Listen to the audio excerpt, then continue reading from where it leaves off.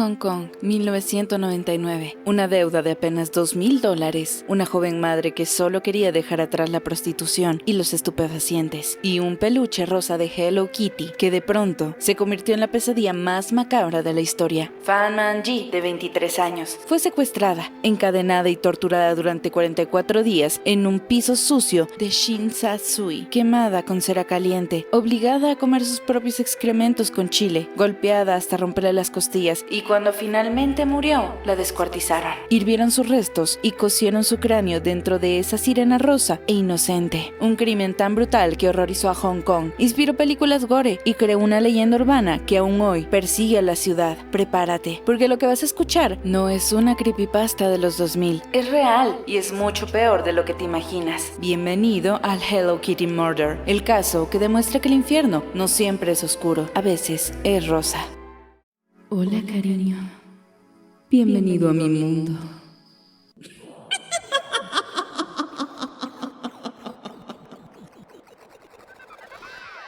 Hong Kong, primavera de 1999. La ciudad era un torbellino de luces neón, rascacielos que arañaban el cielo nublado y un pulso incesante de millones de almas apretujadas en un espacio que parecía siempre a punto de estallar. Era el año posterior a la entrega de la colonia británica a China, un periodo de transición marcado por la incertidumbre económica, el auge de las triadas, las sociedades secretas del crimen organizado y una brecha social que devoraba a los más vulnerables. En los callejones de Tsi Sha Tsui, en el corazón de Kowloon, los clubes nocturnos como el Empress Karaoke bullían de música estridente, humo de cigarrillos y promesas rotas. Era un mundo donde una deuda de apenas $16,000 hongkoneses, que equivalen a unos $2,000 estadounidenses, podía costarte la vida de la forma más inimaginable. Allí, en el casco urbano, Fan Man-ji, una joven de 23 años, intentaba reconstruir su existencia. Nacida en 1976 en Shenzhen, una ciudad de China continental, Fan había sido abandonada por su familia biológica siendo una pequeña niña. Creció en un orfanato solo para chicas en Man Tan Wai, un barrio humilde de Hong Kong, donde las monjas baptistas le enseñaron a rezar y sobrevivir con lo mínimo. A los 15 años, el orfanato lo expulsó por haber alcanzado la edad límite, y Fan se encontró en las calles, sin un techo ni un futuro. Rápidamente cayó en las garras de las drogas, ice, la metanfetamina cristalina que arrasaba a los bajos fondos de Hong Kong, y en la prostitución callejera para financiarla. A los 21, empezó a trabajar en un burdel llamado Romanceville en Sham Shui Po, un distrito infame por su pobreza y sus triadas. En 1996, Fan conoció a Enyi Chi Yuen, un cliente habitual y compañero adicto. Se casaron en un acto impulsivo, pero el matrimonio fue un infierno. Enyi la golpeaba con frecuencia, y los vecinos de su diminuto apartamento en Fuji House, en Lai Yu State, Kwai Chung, recordaban las peleas constantes y los llantos de un niño que nacería en noviembre de 1998. Su único hijo, Fan, embarazada, decidió cambiar, dejó las drogas, abandonó la prostitución y tomó un trabajo menos lucrativo, pero más seguro, como anfitriona en el Empress Karaoke Club, un salario que apenas llegaba a los $8,000 hongkoneses al mes, pero era suficiente para soñar con un futuro mejor para su bebé. Dejó a Enyi poco antes de su muerte, mudándose con su hijo a un piso modesto. Decidida a romper el ciclo de abuso que la había marcado desde la infancia, Fan era descrita por sus conocidos como una mujer resiliente, con una sonrisa tímida y un instinto maternal feroz. Pero en marzo de 1999, una deuda antigua la arrastraría a un abismo del que no saldría viva. Los responsables eran un trío de hombres mediocres unidos por la metanfetamina y el crimen, junto a un adolescente vulnerable que se convertiría en el hilo suelto de toda la trama. El cabecilla era Chang Man-lok, alias Ha-lok, de 33 años, un miembro de rango bajo de la trea Wo-Shin-Wo, una de las organizaciones criminales más antiguas de Hong Kong, conocida por su control sobre el tráfico de drogas y la prostitución en Kowloon. Chan había sido condenado en 1991 por tráfico de heroína y había pasado tiempo en prisión, saliendo con una adicción al ice que lo volvía paranoico y violento. Vivía en un apartamento de lujo relativo, en el tercer piso del número 31 de Granville Road, en Tsi Sha Tsui, un bloque de edificios viejos y húmedos, con pasillos estrechos y un olor permanente a fritanga y humo. El piso pertenecía a dos hombres conocidos como Ha Sam o Ha Kao, quien lo alquilaban a Cham y no tenían idea de lo que ocurriría allí. Chan era un proxeneta ocasional y un consumidor voraz. Su paranoia lo hacía obsesivo con las deudas. Sus cómplices eran Leon Wai-Lun, alias Gangstar 1, de 21 años, y un ex trabajador de la tienda minorista que había dejado su empleo por las drogas, y Leon Shi-Cho, alias Gangstar 2, de 26 años, también ex dependiente y novio de la cuarta involucrada, Lang Min-Fong, alias Ha-Fong, de apenas 14 años. Ha-Fong era una niña de una familia rota que había sido capturada por Chan a los 13 años. En un club nocturno, Chan la había grumeado, seducido y manipulado con promesas de amor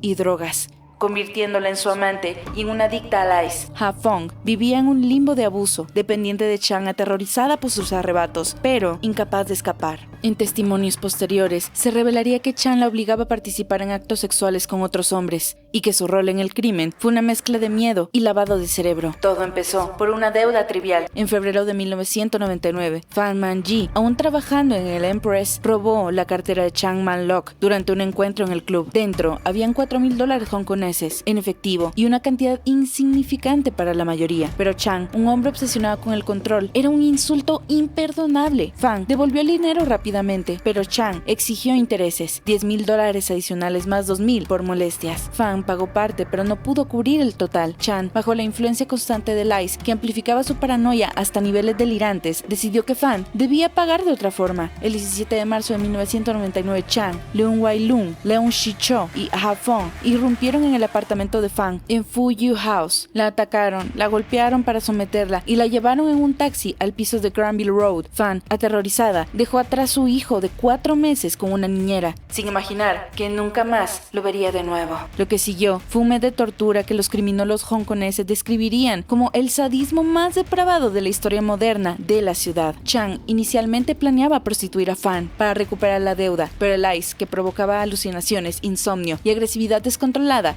transformó el secuestro en un festival de crueldad sin propósito. El apartamento, un espacio de 30 metros cuadrados, con paredes sucias, un baño minúsculo y un sofá raído, se convirtió en una cámara de tortura improvisada. Fan fue encadenada a una tubería del baño o atada al techo del salón, golpeada con barras de metal, cadenas y puños envueltos en trapos para no dejar marcas visibles en sus propias manos. Leon Shi-Cho, el más sádico del grupo según los testimonios, le pateaba la cabeza hasta 50 veces en una sesión, dejando a Fan con conmociones cerebrales repetidas que le hacían balbucear incoherencias. Los detalles de la tortura revelados en juicios a través de los testimonios de Ha-Fong, quien recibió inmunidad por declarar, son una brutalidad que hizo que varios jurados lloraran en la sala. Fan era obligada a ingerir sus propios excrementos mezclados con orina, chile en polvo, lo que provocaba vómitos incontrolables y deshidratación extrema. Le introducían pajitas de plástico llenas de salsa picante en la vagina y el ano, causando quemaduras químicas internas que le hacían gritar durante horas. Le derramaban cera caliente de velas sobre las piernas y los pies, hasta que la piel se ampollaba y se desprendía en tiras. Leon Wai-Lun, en un arrebato de paranoia, inducida por las drogas, le cortaba mechones de pelo y los quemaba delante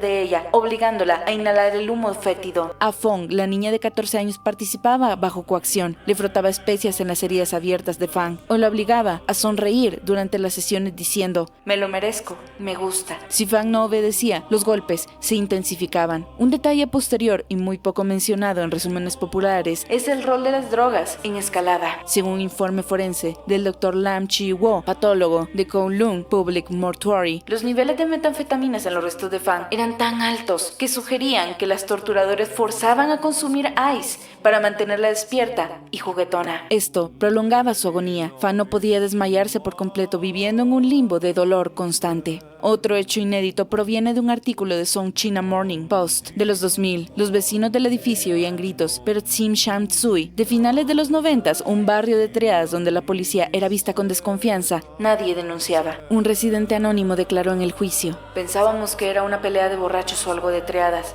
En Hong Kong te metes en lo tuyo o terminas peor". Hacia mediados de abril, Fan ya no era humana para ellos. Pesaba menos de 40 kilos, su piel era un mapa de llagas infectadas y sus ojos estaban hinchados hasta cerrarse. El 14 o 15 de abril, después de una sesión particularmente brutal, donde la golpearon con una cadena hasta romperle varias costillas, Fan entró en shock traumático. Murió esa noche, posiblemente por una combinación de hemorragia interna, sepsis y fallo multiorgánico. Aunque el jurado debatiría si fue sobredosis accidental de ice. Los perpetradores en pánico, pero aún drogados, decidieron deshacerse del cuerpo. Lo que siguió fue una escena salida de una pesadilla. Descuartizaron el cadáver en la cocina con cuchillo de carnicero y una sierra de mano. Hirvieron las extremidades en una olla grande para eliminar huellas y el olor a carne cocida impregnó el apartamento durante días. Los órganos internos, el hígado, los intestinos, fueron arrojados al inodoro o metidos en bolsas de basura que tiraron en contenedores de Sham Shui Po, Wan Chai y Tai Ko Tsui. El detalle más infame que le dio el nombre al caso fue el cráneo. Leung Shin-cho, en un acto de macabra creatividad, lo hirvió para limpiar la carne restante. Luego lo coció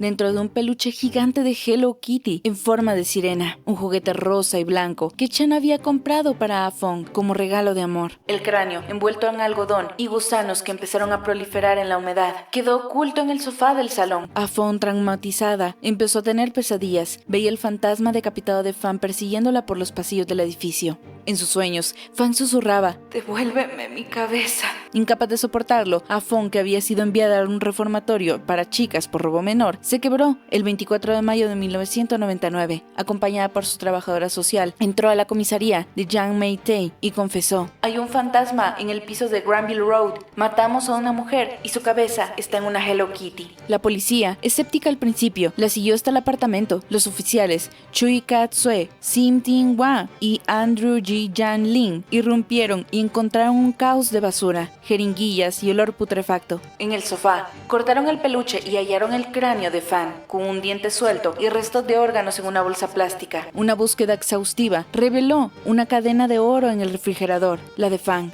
y fragmentos óseos en el baño. Chang Man-lok fue arrestado el 28 de mayo en su otro piso de Sheckley Estate, donde vivía con su esposa Tse Pui-ling, alias Ah-pui, y su recién nacido. Tse fue interrogada, pero liberada por falta de evidencia. Aunque testigos la señalaron como conocedora, Leung Shi-cho se entregó poco después. Leung Wai-lun huyó a Wanxing, China, pero fue capturado el 14 de febrero del 2000 por irregularidades en su pasaporte. Estaba en la lista de los más buscados de la Interpol.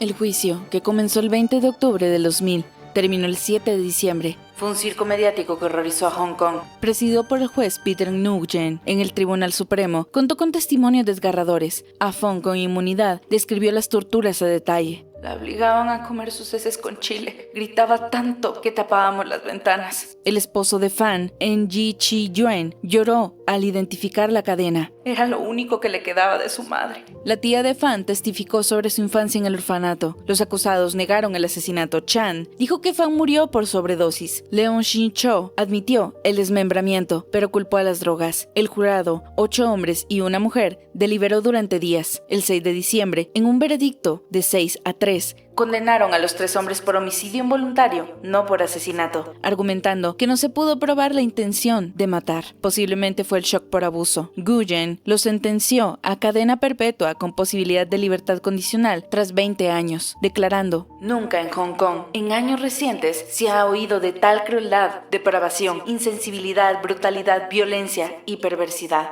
Informes psiquiátricos del hospital Castle Peak y Sui Lam, que describieron a los acusados como sin remordimientos y con personalidad antisocial agravada por metanfetaminas. Leung Chai-lun apeló y perdió en 2004. Leung Shi-cho redujo su sentencia a 18 años y salió en abril del 2014. Solo para ser rearrestado en agosto del 2022 por abusar sexualmente de una niña de 10 años, recibiendo 12 meses más. Chang Man-lok y Leung Wai-lun siguen en prisión en Stanley, donde Chang ha intentado apelar sin éxito hasta el 2007. El legado del caso es un trauma cultural en Hong Kong. Inspiró 2 películas de 2001, Human Pork Chop, que recrea el hervido de partes, y There is a Secret in My Soap, con escenas gráficas de especias en las heridas. El edificio de Granville Road fue demolido en septiembre del 2012 por mala suerte. Vecinos reportaban apariciones del fantasma de Fan y el edificio fue reconstruido en el 2016, como el Hotel Sorabit, con 3 estatuas de Buda en el lobby para espantar espíritus. El hijo de Fan, ahora de 25 17 años vive con familiares y ha evitado a la prensa, pero en un artículo de South China Morning Post del 2019, una tía anónima dijo: "El niño creció sin madre y con el peso de su historia". Psicológicamente, el caso ilustra el efecto Lucifer de Zimbardo, cómo las drogas y la autoridad, Chang como líder, convierte a gente común en sádicos. Culturalmente, en Hong Kong, Paul's entrega refleja el caos de las triadas en los 90s, periodo de gangworms, con figuras como Broken Tooth, Koi y Big Spender Cheung, donde la pobreza y el ice creaban monstruos cotidianos. Fan Man-ji no fue una mártir ni una heroína, fue una mujer rota por el sistema, destruida por la indiferencia. Su cráneo, en un peluche rosa, simboliza lo peor de la humanidad, lo cute, ocultando lo grotesco. Y mientras Hong Kong brilla con sus luces, el eco de sus gritos nos recuerda que el mal no necesita triadas famosas, solo un piso cualquiera y el silencio de los que lo saben.